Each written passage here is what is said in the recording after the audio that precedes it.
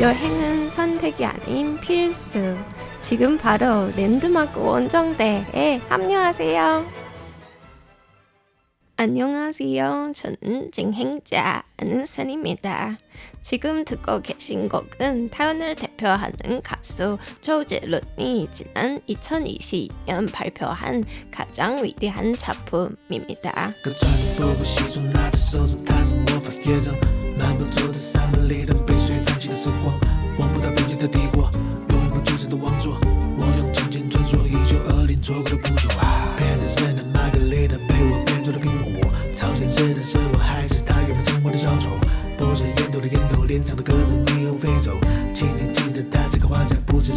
조재룬이 직접 연출한 뮤직비디오를 보면 영화 말할 수 없는 비밀의 장면처럼 그가 피아노를 치며 과거로 시간 여행을 떠나고 예술사에 큰 발자취를 남긴 인물들을 만나게 되는데요.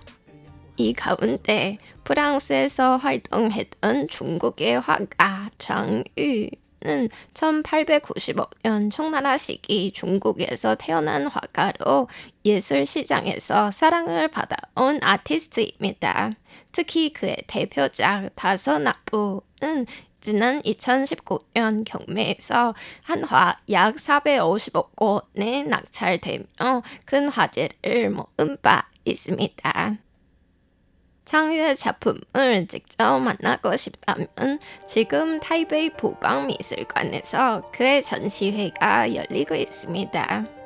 연한 핑크통의 초기 작품부터 현실이 스며든 후기 작품까지 한눈에 볼 수 있는 기회입니다. 또 타운의 톱 모델 링즈링이 녹음한 오디오 가이드를 통해 장유의 예술 세계를 보다 깊이 있게 경험할 수 있습니다. 그럼 오늘은 북방미술관 3층 전시실에서 장유의 작품들을 함께 만나보시죠.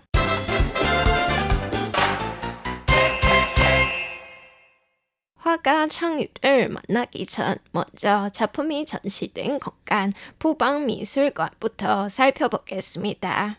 타이베이 최고 본화가 신이취 한복판, 그 중심에 자리한 이곳은 북방그룹이 운영하는 사립미술관입니다. 북방생명 본사가 위치한 A25 빌딩 바로 옆에 자리하고 있고 타이베이 101과 초호화 주택 도주응원 맞은편에 서 있습니다. 말 그대로 도시의 가장 화려한 중심이죠.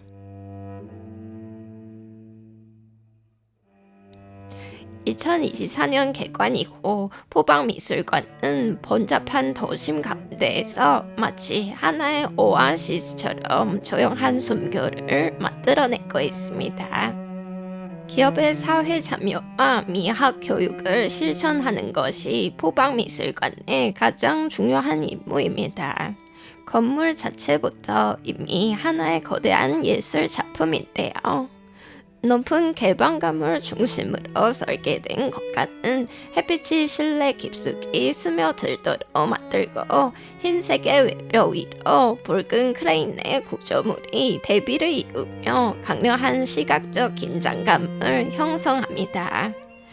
앞쪽에는 넓은 개방 광장이 펼쳐져 있고 건축과 빛, 물, 그리고 식물이 하나로 이어져 도시 속 자연의 장면을 연출합니다. 미술관 안으로 들어서면 분위기는 다시 바뀝니다.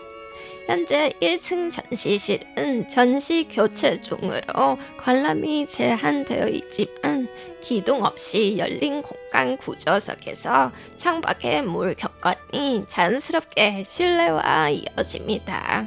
3층 전시실에서는 빛의 양을 조절하는 셔터 시스템을 통해 자연과 예술이 공존하는 장면을 직접 경험할 수 있습니다. 결국 이 곡 자체 역시 위대한 작품이라 할 수 있겠죠. 이어서 조재룬 노래에서 화가 창유가 등장하는 부분을 함께 들어보시죠.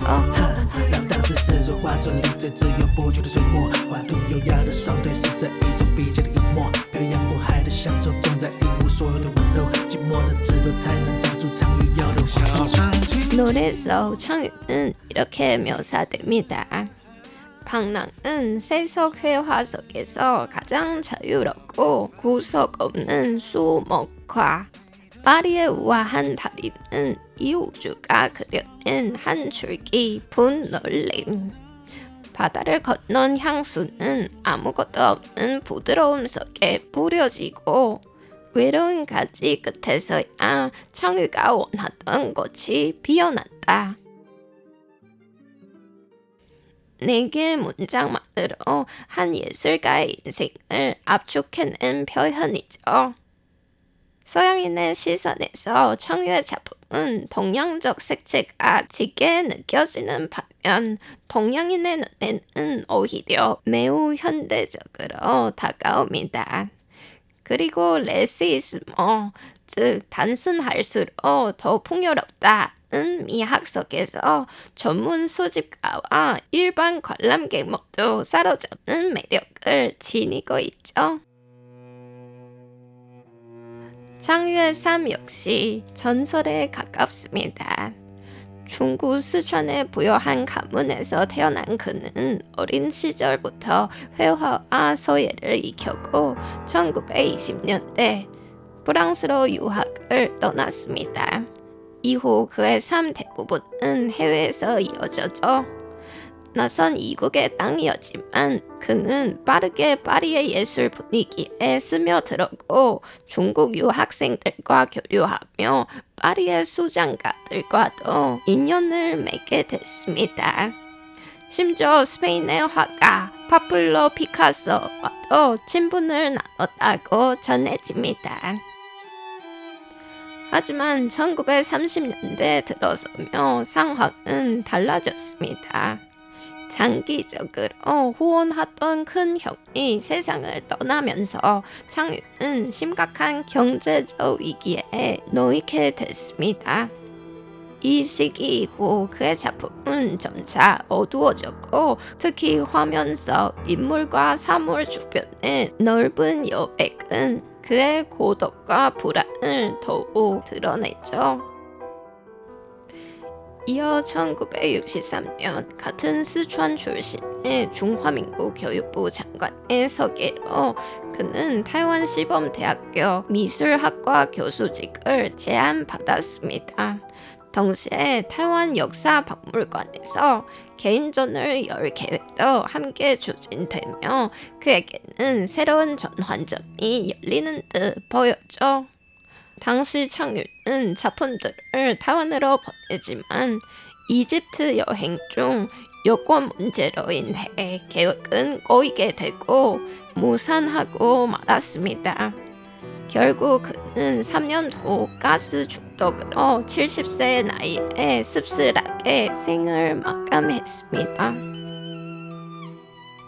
비록 생전에는 빛을 충분히 보지 못했지만 그가 한 번도 밟지 못했던 타이완에서 오히려 크게 조명됐는데요.